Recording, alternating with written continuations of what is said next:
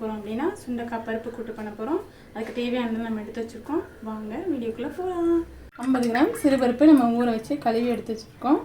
இப்போ நம்ம இதை வேக வச்சிடலாம். மஞ்சத்தூள் கொஞ்சமாக போட்டு வேக வச்சிடலாம்.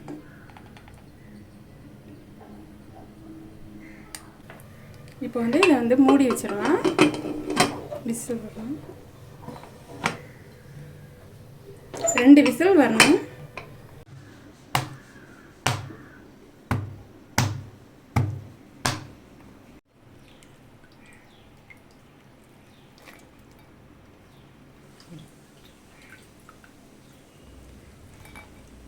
இப்போ சுண்டைக்காவை நம்ம வதக்கி எடுத்துடலாம். அதுக்கு தேவையான அளவுக்கு எண்ணெய் 4 ஸ்பூன் நம்ம ஊற்றிக்கலாம். நம்ம சுண்டைக்காவை வதக்க போகிறோம். இந்த சுண்டைக்காய் 200 கிராம் எடுத்துருக்குறோம். இதை நல்லா நசுக்கி கழுவி வச்சு எடுத்துருக்குறோம். இப்போ இதை போட்டு வதக்கிடலாம்.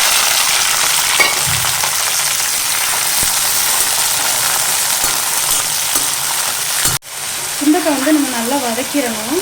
1-2 வதங்கினா அதோட டேஸ்ட் இருக்காது. நல்லா வதங்கணும். எண்ணெயில் போட்டு நல்லா வதங்கினதுக்கப்புறம் தான் இந்த டேஸ்ட் நமக்கு கொடுக்கும். அது நல்லா வதங்கினதுக்கப்புறம் எப்படின்னா அது கலர் சேஞ்சஸ் ஆகும். அப்போ நம்ம கண்டுபிடிச்சிடலாம் வதங்கிடுச்சு அப்படின்ட்டு. சுண்டைக்காய் நல்லா வதங்கிடுச்சு. இதுதான் கரெக்டான பதம். இந்த மாதிரி வெள்ளை கலரில் வந்ததுன்னா வதங்கிடுச்சுன்னு அர்த்தம். நம்ம இதை எடுத்துடலாம்.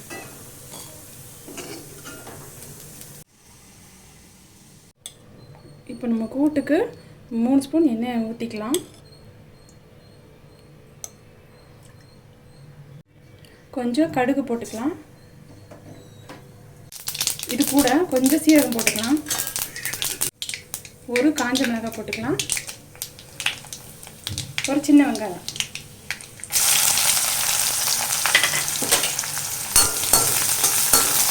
வெங்காயம் வதங்கிடுச்சு.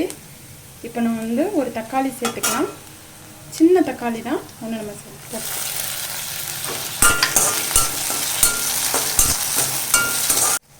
இப்போ இதில் கொஞ்சமாக உப்பு சேர்த்துக்கலாம். இப்போ இதில் சுண்டைக்காவை நம்ம இதில் சேர்த்து கிளறி விட்டுடலாம்.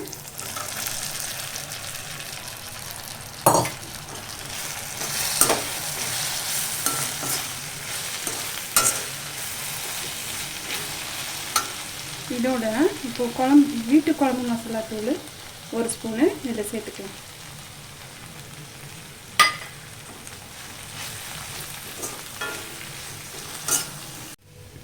ஒரு கிளாஸ் தண்ணி எடுத்துருக்கோம். இதில் சேர்த்துட்டோம்.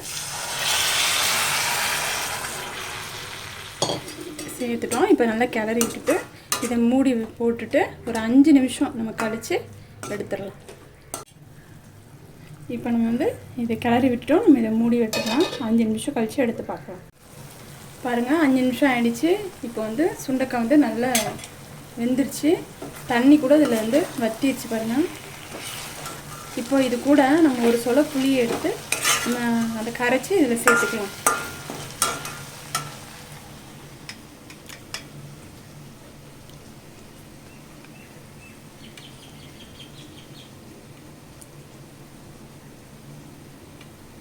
புளி இதில் கொஞ்சமாக சேர்த்துக்கோங்க. ரொம்ப வேண்டாம். சும்மா ஒரு சொல எடுத்துக்கோங்க.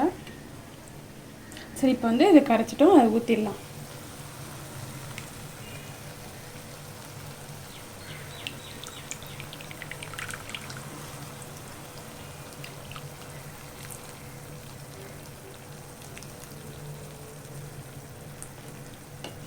இப்போ இதை நம்ம நல்லா கிண்டி விட்டுடலாம்.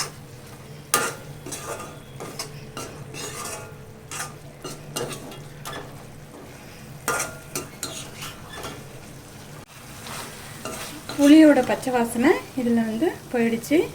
இப்போ நம்ம இதில் அவிச்சு வச்ச பருப்பை நம்ம இது கூட சேர்த்துக்கலாம்.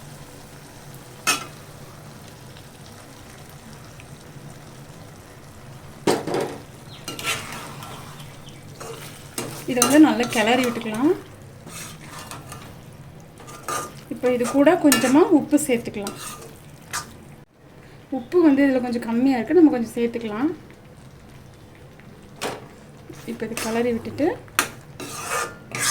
ஒரு கொதி வந்தோன்னா நம்ம இதை வந்து மூடி போட்டுடலாம். பருப்பு இருந்த கிண்ணத்தை வந்து நம்ம கொஞ்சமாக தண்ணி விட்டு அலசி இப்படி ஊற்றிடலாம். இதை நல்லா கிளறி விட்டுக்கலாம். இப்போ மூடி வச்சிடலாம்.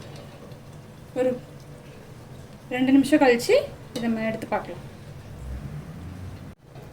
சுண்டக்காய் பருப்பு கூட்டு ரெடி ஆயிடுச்சு. இப்போ நம்ம இதை வந்து இறக்கி வச்சிடலாம். கொஞ்சமாக கொத்தமல்லி போட்டுட்டு நம்ம இறக்கிடலாம். டேஸ்டியான ஹெல்த்தியான சுண்டக்காய் பருப்பு கூட்டு ரெடி ஆயிடுச்சு. இது வந்து நமக்கு உடம்புக்கு வந்து ரொம்ப நல்லதும் கூட.